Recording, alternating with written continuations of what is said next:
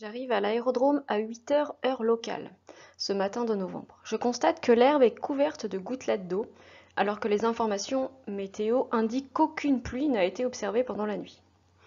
Donc là, ce qu'il faut bien considérer comme information importante, c'est qu'il est 8 heures donc le matin et qu'on observe des gouttelettes d'eau et que la météo n'a pas indiqué de pluie. Donc il s'agit non pas de précipitation, mais d'un autre phénomène. On nous indique, et ça c'est important, que les questions 1, 2 et 3 vont être associées à cette photo et aux indications qui vont avec. Question 1. Le phénomène observé est A. La gelée blanche, B. La rosée, C. Le brouillard, D. La bruine. La réponse à cette question est la rosée. En effet, on nous dit il n'y a pas de précipitation et il y a des gouttelettes d'eau sur l'herbe. Le phénomène de rosée, en fait, c'est la chaleur emmagasinée par le sol tout au cours de la journée. Et donc, il y a un moment donné où cette chaleur va se diffuser dans l'air proche du sol, mais qui, lui, va être plus froid.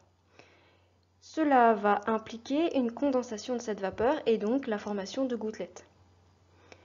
La gelée blanche est caractéristique d'un phénomène où on a un état physique solide.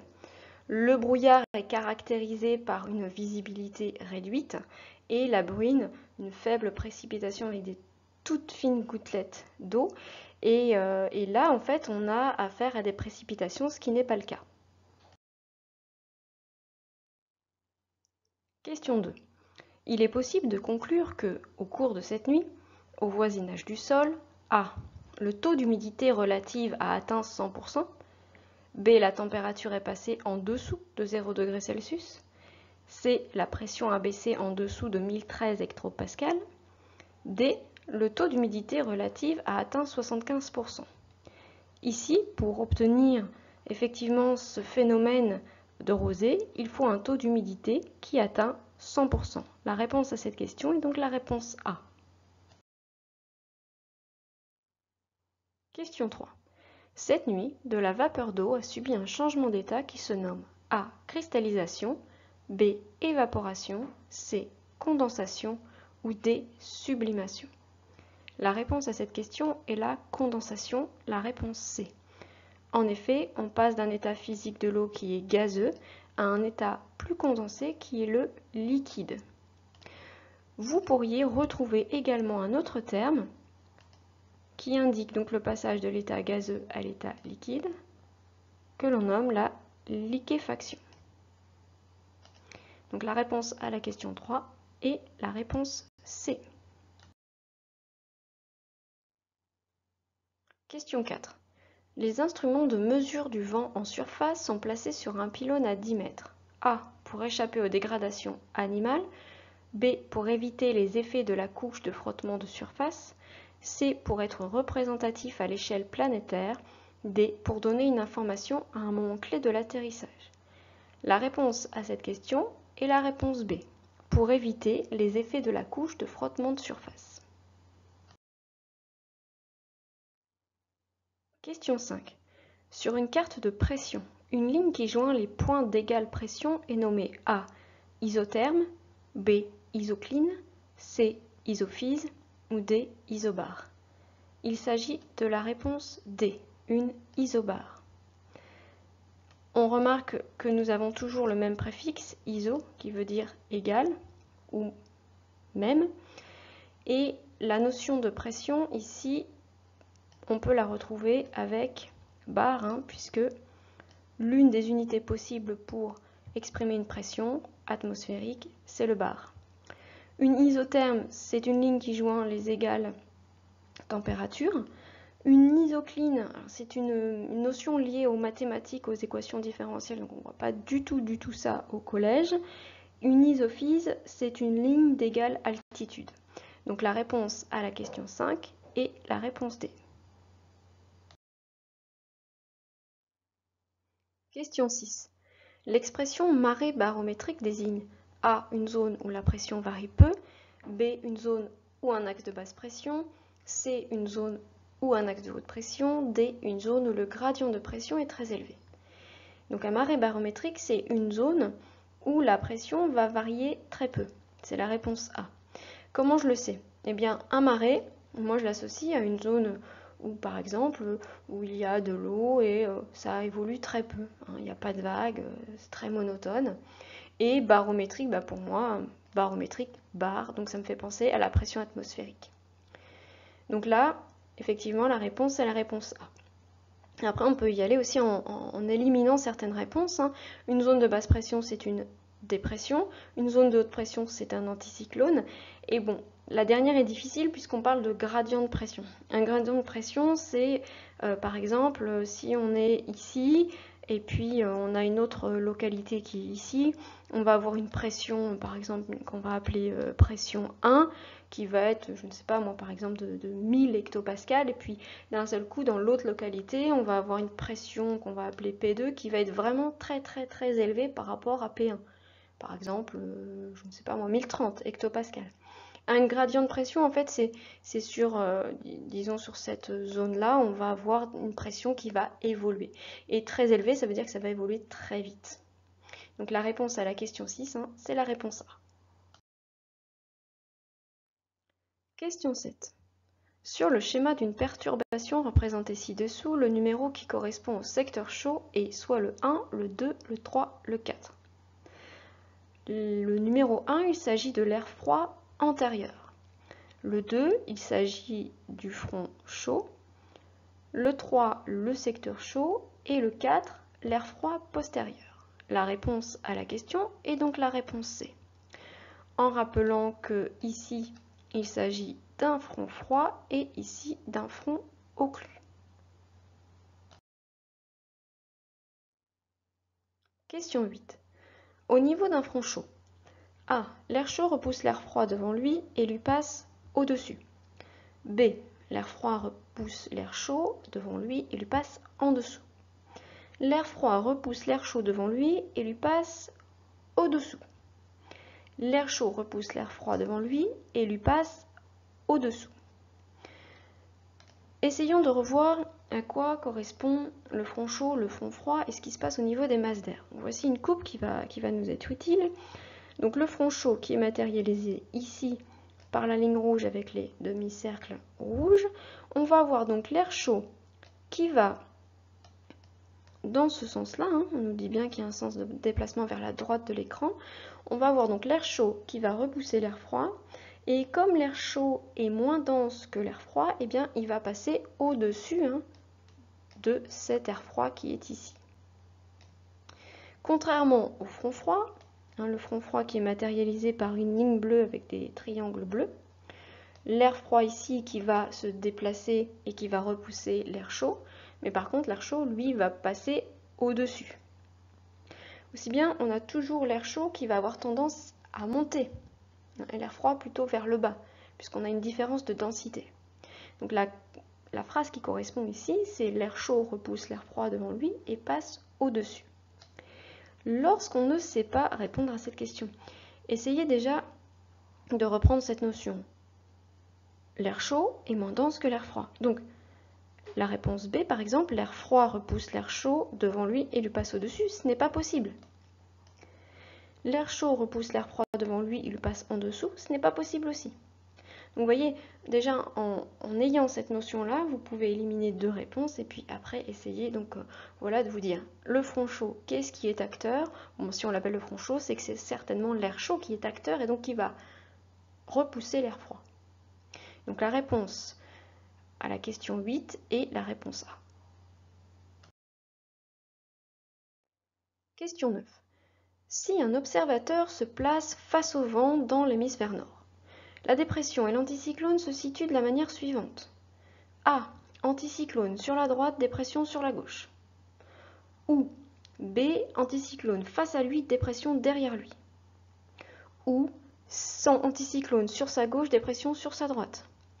Ou encore D. Anticyclone derrière lui, dépression face à lui. Donc là, déjà, il ne faut pas paniquer face à ce genre de questions. Il faut relire l'énoncé et prendre les informations importantes. on a un observateur qui est face au vent. Donc ça veut dire qu'il prend le vent de face. Il se trouve dans l'hémisphère nord. Donc ça va nous indiquer comment l'air circule autour d'une dépression et d'un anticyclone. Autre chose à faire un dessin. Très important, essayer de matérialiser l'observateur. Donc il est ici de dos, puisque on va matérialiser le vent comme venant face à lui. Donc ça veut dire que si il y a la dépression, l'anticyclone, soit à gauche, soit à droite, peu importe, ça veut dire que si le vent lui arrive en face, ça veut dire que le vent lui arrive comme ça. Et sur sa gauche, ça veut dire que le vent lui arrive comme ça. Je vais ajouter des flèches. Ça veut dire quoi? Ça veut dire qu'à gauche, la circulation se fait dans le sens horaire, dans le sens des aiguilles d'une montre. On va donc avoir affaire à un anticyclone car nous sommes dans l'hémisphère nord. Et puis, comme à sa droite, le sens a tendance donc à aller dans le sens anti-horaire, dans le sens inverse des aiguilles d'une montre, eh bien on va avoir affaire à une dépression. Anticyclone à gauche, dépression à droite. Donc là, on va avoir la bonne réponse qui est la réponse C. Donc, bien lire le texte, noter sur un brouillon, est-ce que c'est face au vent, est-ce que c'est le vent dans le dos, est-ce que c'est vent à droite, vent à gauche, et l'hémisphère. Vous pourriez avoir fait une dizaine d'exercices comme ceci avec l'hémisphère nord et le jour J, ne pas voir qu'il s'agit de l'hémisphère sud, faites attention. Ensuite, faites votre schéma, faites un personnage, et puis essayez de faire les circulations, à savoir comment le vent arrive et comment le vent fait pour tourner, pour arriver justement de cette manière-là. Donc la réponse à la question 9, c'est la réponse C. Question 10. Le phénomène rentrant le plus souvent en jeu dans la formation des nuages est A. Le refroidissement d'une masse d'air humide par soulèvement, B. L'augmentation de la pression atmosphérique, C. Le réchauffement d'une masse d'air saturée et D. L'assèchement d'une masse d'air humide. La réponse à cette question est la réponse A. La formation des nuages, dans la majorité des cas, on va avoir une masse d'air humide qui va se refroidir. Donc la réponse à la question 10, c'est la réponse A. Question 11. Le préfixe des nuages dont la base est la plus élevée est A. Alto, B. Strato, C. Cirro, D. Cumulo. Attention, hein, on parle vraiment de la base du nuage la plus élevée. Donc, on peut reprendre une coupe des nuages. On peut constater que les cumulonimbus ont une base qui est d'environ dans l'étage inférieur à peu près à 1 km. Et par contre, on peut avoir une évolution de ce cumulonimbus qui va dans l'étage supérieur aux environs de 12 km. On aurait tendance à se dire, bon, éventuellement cumulonimbus. Mais attention, la question nous demande la base. Donc la base, il faut chercher un nuage dont la base est le plus haut. Et on voit bien que ceux qui sont les plus hauts, on va avoir affaire à des nuages dont le préfixe commence par Cirro. Il s'agit ici de la réponse C. Donc ça, c'est plutôt pas mal de le revoir juste avant l'examen. Dites-vous donc qu'on a l'étage inférieur, moyen, supérieur.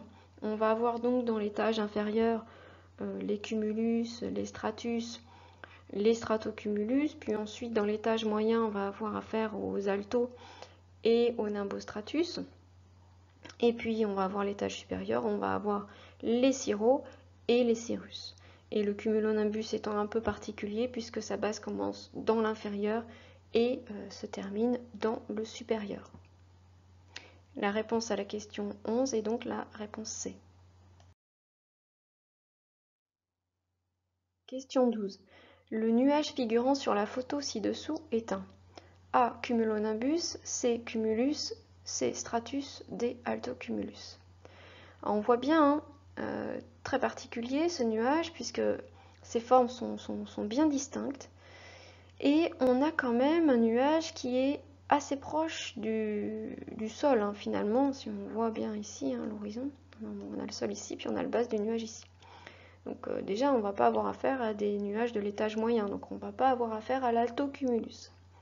C'est pas un cumulonimbus non plus, puisque on sait très bien, on l'a vu dans la diapositive précédente, que le cumulonimbus a une base dans l'étage inférieur, mais il monte très haut. Celui-ci, c'est pas le cas.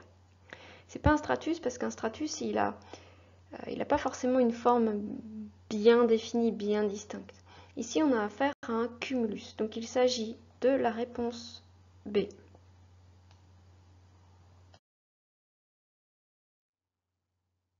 Question 13. Le phénomène météorologique observé sur la photo ci-dessous est A du brouillard, B un orage, C un front chaud, D de la convection. On peut constater ici sur cette photo qu'on voit très peu au loin. On a donc une visibilité qui est réduite, ce qui correspond à un phénomène de brouillard. On aurait pu se poser la question, est-ce du brouillard, est-ce de la brume? Donc là, il aurait fallu qu'on nous indique la visibilité.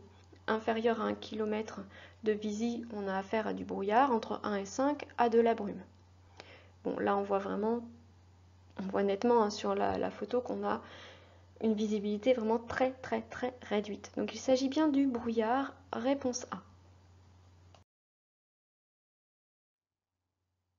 Question 14.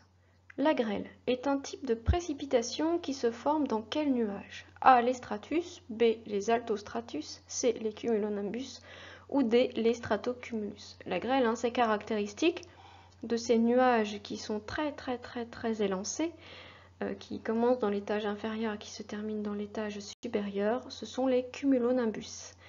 La réponse à la question 14, c'est la réponse C. Question 15. Les courants de vent puissants que l'on rencontre à très haute altitude sont nommés A. Jet stream, B. Jet lag, C. Tornade, D. Rafale. La réponse à cette question est le jet stream, la réponse A. En effet, on a donc une zone où on a des vents qui sont très violents, qui vont de 200 à 300 km/h. Et donc ces vents se situent à peu près aux environs de la tropopause, à savoir, on estime entre 10 et 15 km d'altitude.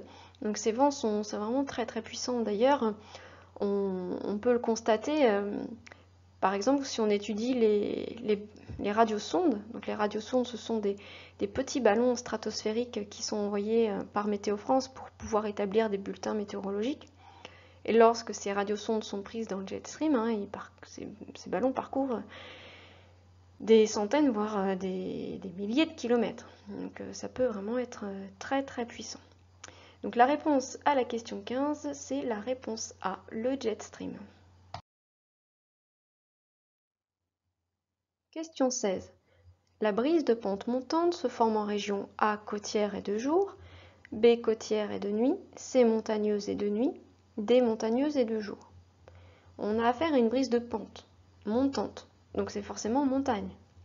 Comme c'est montante, le phénomène s'exerce pendant le jour. Donc la réponse à la question 16, c'est la D. Alors en fait, on va revenir un petit peu sur les différentes brises. Ici, on a la brise de mer.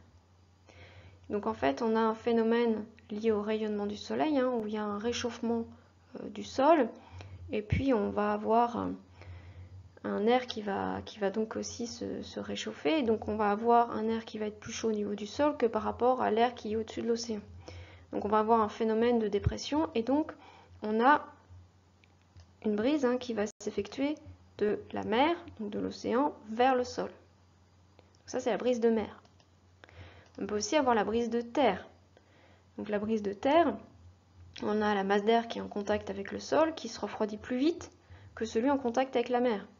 Et donc on a un phénomène aussi de différence de pression, et on a donc ici ce phénomène de brise de terre, donc de la terre, du sol vers l'océan. Et puis on a la brise de pente. En fait, ce qui se passe, c'est que le jour, on va avoir un air qui se réchauffe, donc ça va s'élever, puisqu'on a dit que la densité de l'air chaud est moins importante, donc ça ça monte, selon les pentes, là on voit les petites flèches rouges qui l'indiquent. Mais à un moment donné, pour compenser cet air qui est emprunté dans le bas de la vallée, forcément, il y a un vent qui s'établit. Et donc on va avoir une brise de pente. Donc ce phénomène de brise de pente montante se fait le jour, et puis l'inverse, la nuit, c'est le phénomène inverse qui se fait. Donc pas toujours évident les brises de pente, surtout comme nous quand on est dans l'Orne et qu'on n'a pas affaire à ces phénomènes ni côtiers ni en montagne. Mais bon, voilà, il faut essayer de se dire que, côtière, on a les phénomènes terre-océan. Brise de terre, c'est de la terre vers l'océan. Brise de mer, de la mer vers le sol. Et puis montagneuse et de jour, on a des brises de pente, forcément, puisqu'on a des flancs de montagne.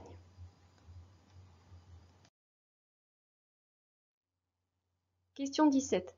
Sur la carte ci-dessous, la circulation du vent dénommé Mistral correspond à la flèche, soit la 1, la 2, la 3 ou la 4.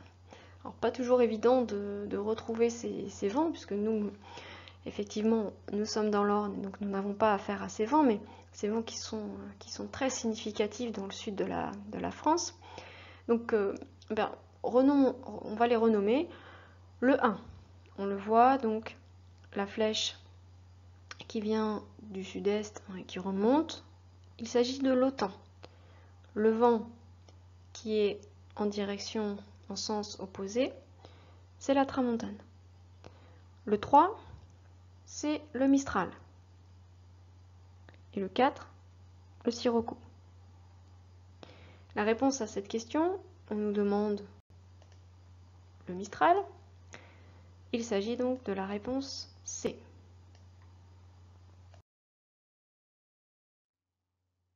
Question 18. En pleine, dans les basses couches de l'atmosphère, les turbulences peuvent être générées par A. le rayonnement, B. les trous d'air, C. la convection, D. le brouillard. Alors, pour avoir les turbulences, en fait, qu'est-ce qu'on a? On a un air chaud, proche du sol, qui a tendance à remonter puisqu'il est moins dense. Puis dès lors qu'il va remonter, il va à un moment donné se refroidir, donc devenir plus dense et redescendre vers le sol. Puis en allant vers le sol, il se réchauffe, puis il remonte. Et puis, donc on a un phénomène de boucle qu'on appelle la convection. Donc la réponse à cette question, c'est la réponse C.